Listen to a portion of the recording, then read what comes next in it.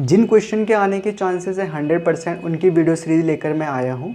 And last तक video को देखना है, हर एक क्वेश्चन को देखना है कैसे करा जा रहा है, समझना है। कोई डाउट रह जाता है कमेंट सेक्शन में मुझे बताना है। तो बिना टाइम वेस्ट करे स्टार्ट करते हैं आज का वीडियो लेक्चर। लेते हैं फर्स्ट क्वेश्चन। जैसा कि आपको दिख रहा होगा, इसमें लिखा है the six term of the AP is -10 and its 10th term is -26। Determine the 15th term of an AP। ठीक है, तो हमें 15th टर्म निकालना है। अच्छा, तो सिक्स टर्म हमें दे रखा था -10। सो सिक्स टर्म को हम रिप्रेजेंट करते हैं A6 से। A6 की वैल्यू हो जाएगी -10 एंड 10th टर्म हमें दे रखा है -26 मीन्स A10। A10 को लिखेंगे, मतलब 10th टर्म हमारा A10 है, तो A10 equals to -26। So first of all हम लोग अज्यूम करेंगे कि जो हमारा AB का फर्स्ट टर्म है वो है स्मॉल a और जो कॉमन डिफरेंस है वो है स्मॉल d। ठीक है, तो ये लेट करना ही पड़ेगा आपको, अदरवाइज़ आप क्वेश्चन में आगे नहीं प्रोग्रेस कर सकते। अब आपको याद रखना है कि जो फॉर्मूला हमारा nth टर्म का, उसे हम लिखते हैं an equals to a plus n-1 into d. ठीक है, सो ये फार्मूला सभी बच्चों को याद रखना है। सो वैल्यूज पुट करेंगे, n equals to 6 mean 6 term, तो a plus 6-1 into d equals to -10, तो a plus 5d equals to -10 पहली इक्वेशन बन जाएगी। अब A10 मीन्स 10th टर्म, तो a plus 9d equals to -26 equation second हमारी बन जाएगी।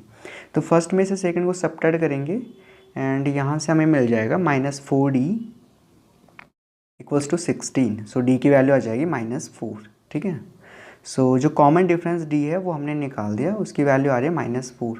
अब ये वैल्यू हम किसी एक इक्वेशन में प्लग कर देंगे। तो से फर्स्ट इक्वेशन लेते हैं, a plus 5d equals to -10, d equals to -4 इसमें पुट करेंगे एंड ये आ जाएगा a -20 equals to -10, that is a equals to 10 आ जाएगा। तो फर्स्ट टर्म हमारा a आ गया 10।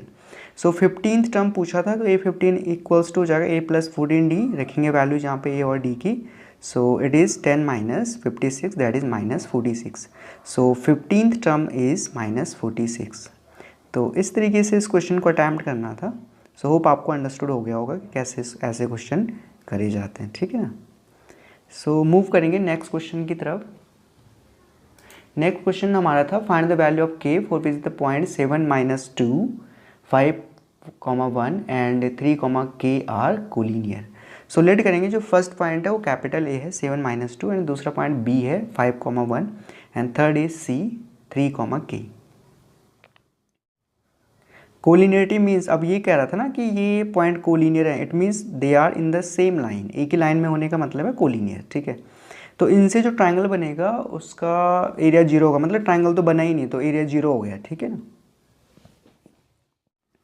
तो इन पॉइंट्स के ऊपर सबसे पहले आपको लिखना है x1 y1, x2 y2, x3 y3।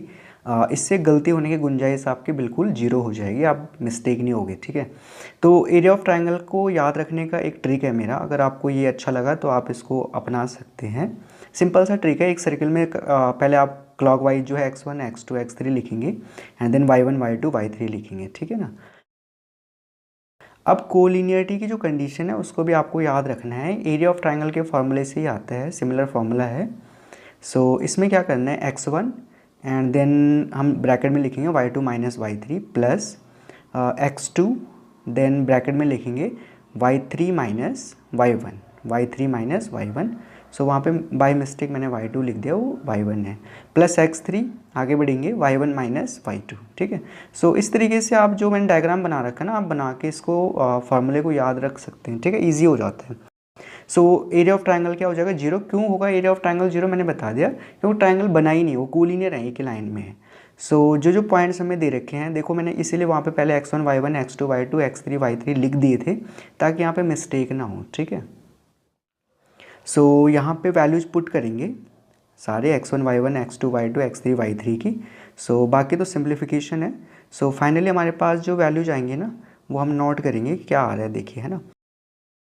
तो ये आ रहा है हमारे पास -2k and +8, -2k + 8 equals to 0।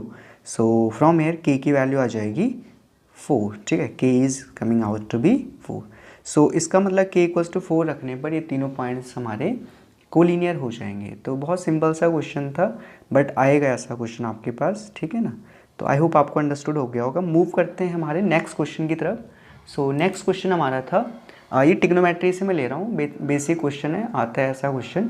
If cot theta equals to दे रखा है 7/8, then we need to evaluate the value of 1 plus sine theta 1 minus sine theta over 1 plus cos theta into 1 minus cos theta. ये value हमें निकालनी है, ठीक है।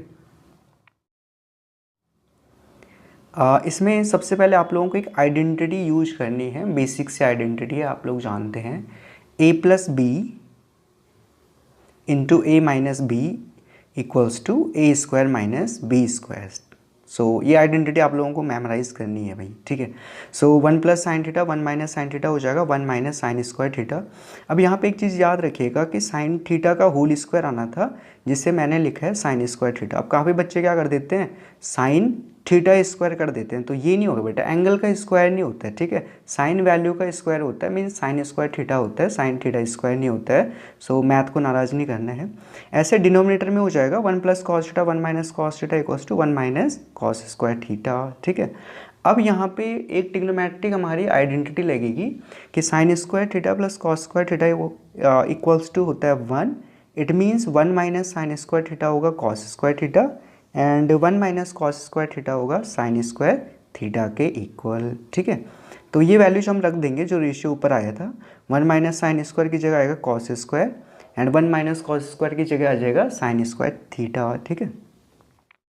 Now cos upon sine होता है कॉट, और स्क्वायर तो था ही, तो cot square theta and cot theta की वैल्यू थी 7/8, इसका स्क्वायर कर देंगे विच इज़ 49/64।